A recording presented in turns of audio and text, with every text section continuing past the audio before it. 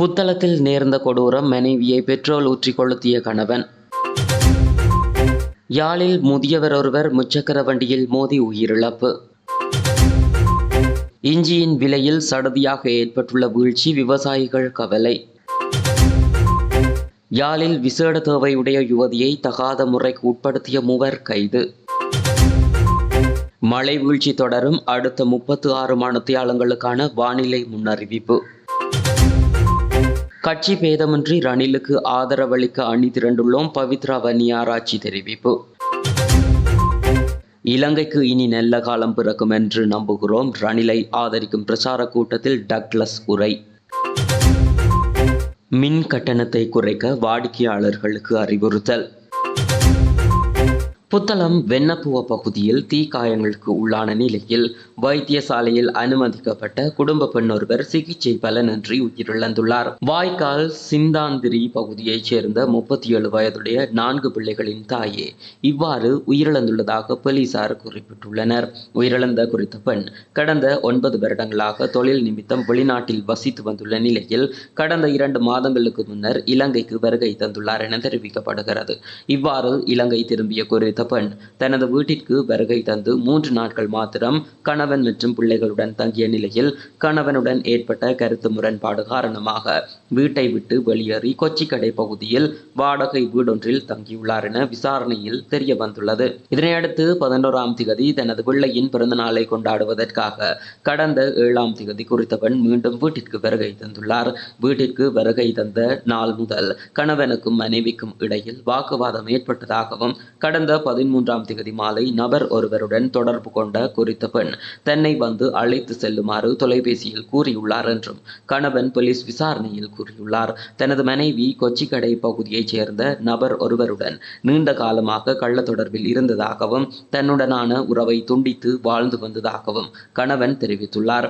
மனைவி வெளிநாட்டில் வசித்து வந்தபோது தனது 4 பிள்ளைகளையும் தானே பராமரித்து வந்ததாகவும் வெளிநாட்டில் இருந்து இலங்கை திரும்பியதும் கள்ள தொடர்பில் இருந்த நபருடன் வாழ விருப்பம் என்றால் 4 பிள்ளைகளையும் பராமரித்துக் கொண்டு அந்த நபருடனேயே இருக்குமாறும் மனைவியிடம் கூறியதாகவும் பிள்ளைகளை தனது பராமரிப்பில் வைத்துக் கொள்ள மனைவி ஏற்றுக்கொள்ளவில்லை என்றும் கணவன் தெரிவித்துள்ளார். கடந்த 14ஆம் திகதி அதிகாலை 4 மணியளவில் தனது மனைவி வீட்டை விட்டு வெளியேறி செல்ல தயாரான போது பிள்ளைகளின் எதிர்காலத்தை கவனத்தில் கொண்டு இங்கேயே தங்கியிருக்குமாறு கணவன் தனது மனைவியிடம் கேட்டுக்கொண்டார். தனது பேச்சை நிராகரித்த மனைவி தன்னுடன் வாக்குவாதப்பட்டதாகவும் இருவருக்கும் இடையில் ஏற்பட்ட வாக்குவாதம் முற்றிய நிலையில் ஆத்திரமடைந்து தான் சமையலறையில் இருந்த பெட்ரோலை எடுத்து மனைவியின் உடல் மீது ஊற்றி தீ வைத்ததாகவும் கணவன் போலீசாருக்கு வழங்கிய வாக்குமூலத்தில் குறிப்பிட்டுள்ளார்.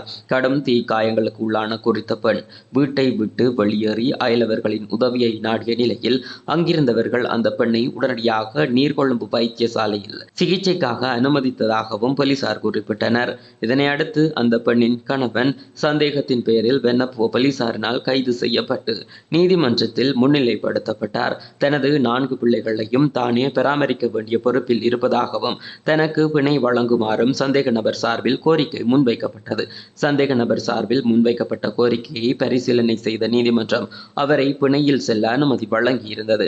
எனினும் பலத்த காயங்களுடன் வைத்தியசாலையில் அனுமதிக்கப்பட்டு சிகிச்சை பெற்று வந்த குறித்த பெண் 3 நாட்களின் பின்னர் சிகிச்சை பலனின்றி உயிரிழந்துள்ளார் என வெண்ணப்புவ போலீஸ் நிலையத்தின் குற்ற விசாரணை பிரிவு பொறுப்பதிகாரி உப போலீஸ் பரிசோதகர் PDP ஸ்ரீவர்தன குறிப்பிட்டுள்ளார்.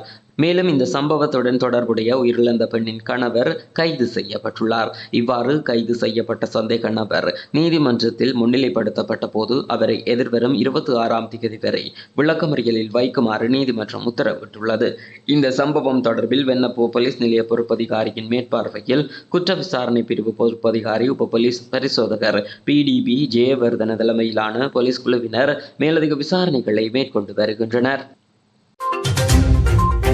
யாழ்ப்பாணம் திருநெல்வேலி சந்தையில் மரக்கறி வாங்குவதற்கு சென்ற முதியவர் முச்சக்கர வண்டி மோதி மரணமடைந்துள்ளார். ஆனைப்பந்தி பரித்துத்துறை வீதி யாழ்ப்பாணம் பகுதியைச் சேர்ந்த சின்னையா ரத்தினசிங்கம் என்பவரே இவ்வாறு உயிரிழந்துள்ளார்.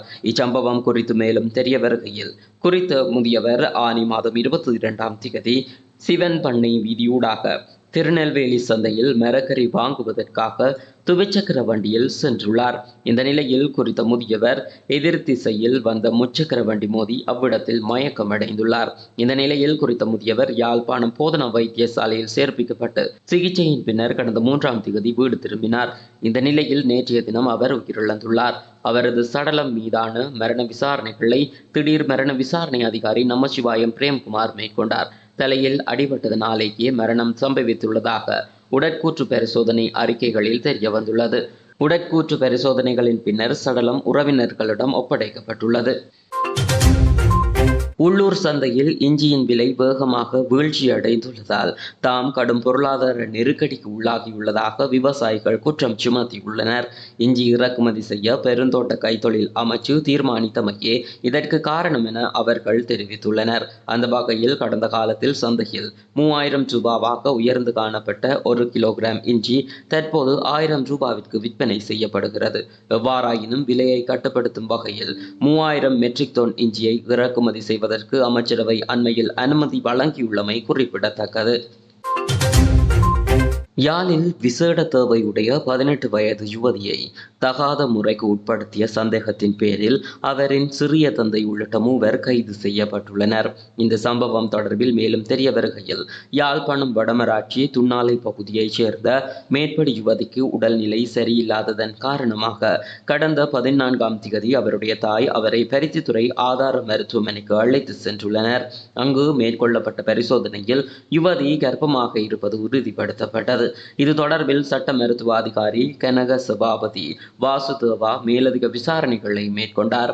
போலீஸ் விசாரணைகளும் முன்னெடுக்கப்பட்ட நிலையில் பாதிக்கப்பட்ட சிறுமியின் தாயாருடைய சகோதரியின் கணவரும் இன்னும் இருவரும் இணைந்து அந்த யுவதியை தொடர்ச்சியாக தகாத முறைக்கு உட்படுத்தி வந்தனர் என்று போலீசாரிடம் தெரிவிக்கப்பட்டது. இதனை அடுத்து சிறுமியின் சிறிய தந்தையான 46 வயதுடைய நபரையும் 28 வயதுடைய மற்ற இருவரையும் போலீசார் நேற்று கைது செய்தனர். அவர்களிடம் மேலதிக விசாரணைகள் முன்னெடுக்கப்பட்டுள்ளன. நாட்டில் நிலவும் மழையுடனான வானிலை நாளை வரை நீடிக்கும் என வளிமண்டலவியல் திணைக்களம் எதிர்ப்பு கூறியுள்ளது. இலங்கையை சூழவுள்ள பகுதிகளில் காணப்படுகின்ற கீழ் வளிமண்டலத்தில் தளம்பல் நிலை காரணமாக இவ்வாறு மழை நிலைமை தொடரும் என தெரிவிக்கப்பட்டுள்ளது. அனுராதபுரம், மட்டக்களப்பு, யாழ்ப்பாணம், திருகோணமலை மற்றும் மன்னார் ஆகிய பிரதேசங்களில் பிற்பகல் 2 மணிக்கு பின்னர் மழை அல்லது இடியுடன் கூடிய மழை பெய்யும் சாத்தியம் காணப்படுவதாக தெரிவிக்கப்படுகிறது. இதன்படி மேல் சப்ரகமுவ மற்றும் வடமேல் மாகாணங்களிலும் கண்டி, நுவரேலியா, காலி மற்றும் மாத்தறை மாவட்டங்களிலும் அவ்வப்போது மழையோ அல்லது இடியுடன் கூடிய மழையோ பெய்யக்கூடிய சாத்தியம் காணப்படுகிறது. மேல் மற்றும் சப்ரகமுவ மாகாணங்களிலும் காலி மற்றும் மாத்தறை மாவட்டங்களிலும் சில இடங்களில் 75 மில்லிமீட்டருக்கும் அதிகமான ஓரளவு பலத்த மழை வீழ்ச்சி எதிர்பார்க்கப்படுகிறது. மத்திய மலைநாட்டின் மேற்கு சரிவு பகுதிகளிலும் வடக்கு, வடமத்திய மற்றும் வடமேல் மாகாணங்களிலும் ஹம்மாந்தோட்டை மாவட்டத்திலும் அவ்வப்போது மணத்தியாலத்திற்கு 30 தொடக்கம் 40 கிலோமீட்டர் வரையான வேகத்தில் ஓரளவு பலத்த காற்று வீசக்கூடிய சாத்தியம் காணப்படுகிறது. நாட்டின் ஏனைய பிரதேசங்களில் பல இடங்களில் மாலையில் அல்லது இரவில் மழையோ அல்லது இடியுடன் கூடிய மழையோ பெய்யக்கூடிய சாத்தியம் காணப்படுகிறது. இடியுடன் கூடிய மழை பெய்யும் வேளைகளில் அப்பிரதேசங்களில் தற்காலிகமாக பலத்த காற்றும் வீசக்கூடும். மின்னல் தாக்கங்களினால் ஏற்படக்கூடிய பாதிப்புகளை குறைத்துக் கொள்ள தேவையான முன்னெச்சரிக்கை நடவடிக்கைகளை எடுத்துக்கொள்ளுமாறு பொதுமக்கள் அறிவுறுத்தப்படுகிறார்கள். இந்த முறை ஜனாதிபதி தேர்தலில் கட்சி நிற இன பேதமின்றி ரணில் விக்ரமசிங்கவுக்கு ஆதரவளிக்க அணி திரண்டுள்ளோம் என அமைச்சர் பவித்ரா வன்னியாராச்சி தெரிவித்தார்.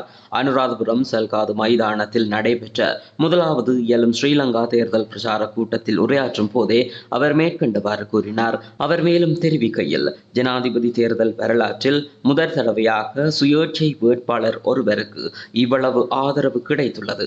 இதற்கு முன்னர் சுயேட்சை வேட்பாளருக்கு ஆதரவு வழங்கியதில்லை. ஆனால் இம்முறை கட்சி நிற இன பேதமின்றி ரணில் விக்ரமசிங்கவுக்கு ஆதரவளிக்க அணி திரண்டுள்ளோம். மக்கள் குறித்தும் நாடு குறித்தும் சிந்திக்கும் அனைவரும் ரணில் விக்ரமசிங்கவின் வெற்றியை உறுதிப்படுத்த தீர்மானித்து விட்டனர். நாடு மிகவும் பாதாளத்தில் விழுந்தது. பல மைல் தூரம் கேஸ் வரிசை இருந்தது. பல மைல் தூரம் எரிபொருள் வரிசை இருந்தது. மின்சாரம் தடைப்பட்டிருந்தது. பஞ்சம் வரும் என்றும் மக்கள் அஞ்சினார்கள். இருந்த ஜனாதிபதி தப்பியோடினார். எதிர்க்கட்சி தலைவர் ஒளிந்து கொண்டார். நாடு நெருக்கடிக்குள்ளானது. அறகலைய போராட்டத்திற்கு சென்றபோது எதிர்க்கட்சி தலைவர் சஜித்தை விரட்டி விரட்டி அடித்ததைப் போல் மீண்டும் விரட்டி அடித்து விடுவர் என்ற அச்சத்திலேயே அவர் நாட்டை பொறுப்பேற்க முன்வரவில்லை என குறிப்பிட்டுள்ளார்.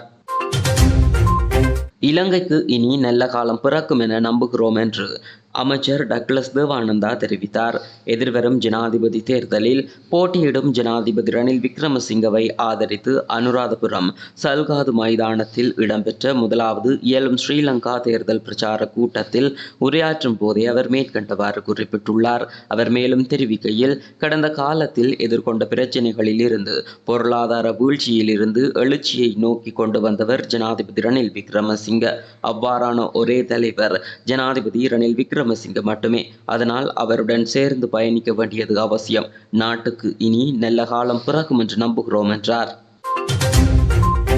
ஆசிய நாடுகளுடன் ஒப்பிடுகையில் இலங்கையின் மின்சார கட்டணம் சுமார் 3 மடங்கு அதிகம் என அட்வோகாடா நிறுவனம் தெரிவித்துள்ளது. அதன் நிறைவேற்று அதிகாரி தனநாத் பெர்னாண்டோ தேசிய பத்திரிகை ஒன்றுக்கு கருத்து தெரிவிக்கும் போதே இவ்வாறு குறிப்பிட்டுள்ளார். மின்சார கட்டண அளவீட்டு திட்டத்தின் போது மின்சார அலகு ஒன்றிற்கான உற்பத்திக்கான செலவு மற்றும் மின்சார உற்பத்தியின் காலம் ஆகியவை கருத்தில் கொள்ளப்பட வேண்டும் என்றும் அவர் சுட்டிக்காட்டியுள்ளார். நாட்டில் மாலை 6 மணி முதல் இரவு 11 மணி வரை அதிக அளவில் மின்சாரம் பயன்படுத்தப்படுகிறது. இதனால் நீர் மின்சாரத்திற்கு மேலதிகமாக எண்ணெய் மற்றும் நிலக்கரி மின் உற்பத்தி நிலையங்கள் செயற்படுவதனால் இலங்கையில் மின்சார கட்டணம் உயர்வடைந்துள்ளதாக சுட்டிக்காட்டியுள்ளார். உலகின் சில நாடுகளில் மின்சார நுகர்வோருக்கு புதிய முறைகள் அறிமுகப்படுத்தப்பட்டுள்ளன. வாடிக்கையாளர்கள் தங்கள் தேவைக்கு ஏற்ப மின்சாரத்தை ப்ரீபெய்ட் முறைகள் மூலம் பெறலாம். இதனால் அவர்கள் அதிக மின் கட்டணத்தை செலுத்த வேண்டியதில்லை எனவும் குறிப்பிட்டுள்ளார். மேலும் ஸ்மார்ட் மின்சார மீட்டர்களை அறிமுகம் செய்வதன் மூலம் நுகர்வோர் தங்கள் மின் பயன்பாட்டை குறைக்க முடியும். இவ்வாறான செயற்பாட்டின் மூலம் வாடிக்கையாளர்கள் மாலை 6 மணி முதல் இரவு 11 மணி வரை மின்சார பாவனையை நிர்வகித்து மின் கட்டணத்தை குறைக்க முடியும் என அவர் வலியுறுத்தியுள்ளார். 2022ஆம் ஆண்டில் இலங்கை மின்சார சபை 298.2 பில்லியன் ரூபாய் நட்டத்தை சந்தித்ததாக தெரிவிக்கப்பட்டுள்ளது. இருப்பினும் 2023ஆம் ஆண்டு மின்சார கட்டண அதிகரிப்பின் மூலம் 61.6 பில்லியன் ரூபாய் லாபம் கிடைத்துள்ளதாக தனநாத் பெர்னாண்டோ சுட்டிக்காட்டியுள்ளார். மின்சார அலகு உற்பத்திக்கான செலவை விட குறைவாகவே கட்டணம் வசூலிப்பதாக மின்சார சபை கூறுவதாகவும், எவ்வாறாயினும் மின்சார சபை மேலும் கட்டணத்தை குறைக்க முடியும் எனவும் அவர் தெரிவித்துள்ளார்.